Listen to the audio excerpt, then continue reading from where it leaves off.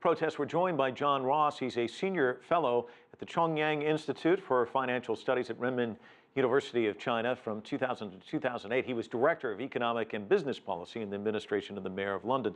What's your takeaway from all of this? If you were to look at the economic impact of this protest, where do you think it's hit hardest? Well, there's two things that have got to be distinguished. The immediate impact is rather severe. Merrill Lynch put out a report estimating maybe $300–500 million loss. On the other hand, if things calm down, if that's just money which is lost, it's really quite a serious blow for the shopkeepers and tourist industry. If things calm down, which at present they seem to be doing, then the medium-term damage will not be so great. But I'm sure that people in Singapore, for example, are inserting paragraphs into their promotional literature emphasizing peace, quiet, stability, etc. But I hope that it continues to go down as it appears to be doing at the present time, in which case the damage is short-term severe, but in the medium term it would be overcome. What about long-term, if there's still this uncertainty and these, there's the chance that they may flare back up again? How does this impact Hong Kong's standing? Well, I think the first thing would be whether the real message gets out, because some of the reporting is quite extraordinary, false outside of China. For example, the BBC ran a photograph which it claimed was of pro-democracy or anti the settlement for 2007 demonstrators. Actually, what the banner said was slaves of foreign masters, and you have a good life and don't realise it. This is extraordinary. I thought the BBC can at least read some banners which it's promoting. So there's a false, quite false images which is going out of the situation. Also, the important thing is, actually Charles Powell, who was Mrs. Thatcher's secretary, put it very well. He said, he said, Hong Kong always belonged to China and we rented it for a time. We never introduced democracy. The reality is that the governor who was put in by the British was never elected at all. Whether the 2017 system is right or wrong, it's certainly more democratic than the one which Britain had.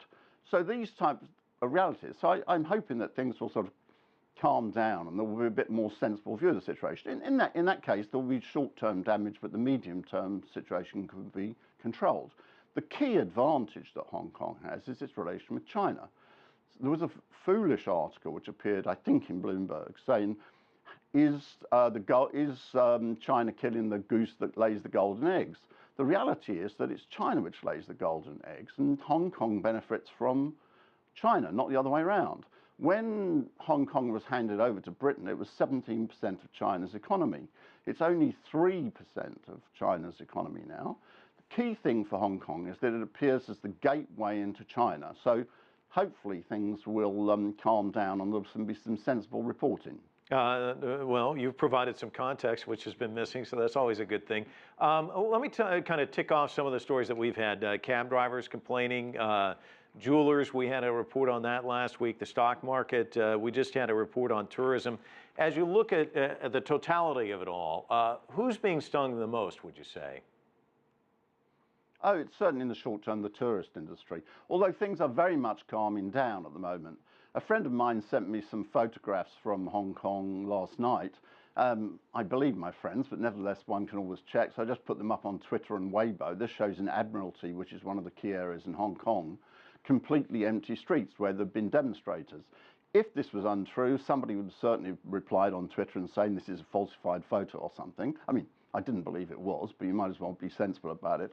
So at the moment, I think things show the sign of calming down very much, in which case certainly tourists and shops have suffered, but the long-term financial district and so on, things will be okay. But this depends upon things calming down in the way that they appear to be doing at the present time. So far, the government, in my opinion, has been rather skillful in Hong Kong. The three key guidelines are the National People's Congress decision will be carried out, government offices will not be occupied. No one would accept, for example, somebody occupying the Prime Minister's office in London, although it's rather close to Trafalgar Square where demonstrations are held.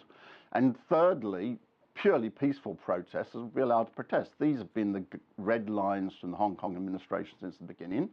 They seem to have been carried out rather skillfully, and if that continues, I think things will calm down and then medium-term damage would be not so big, although I'm sure the shopkeepers are genuinely annoyed. John Ross joining us from Beijing. Thanks so much.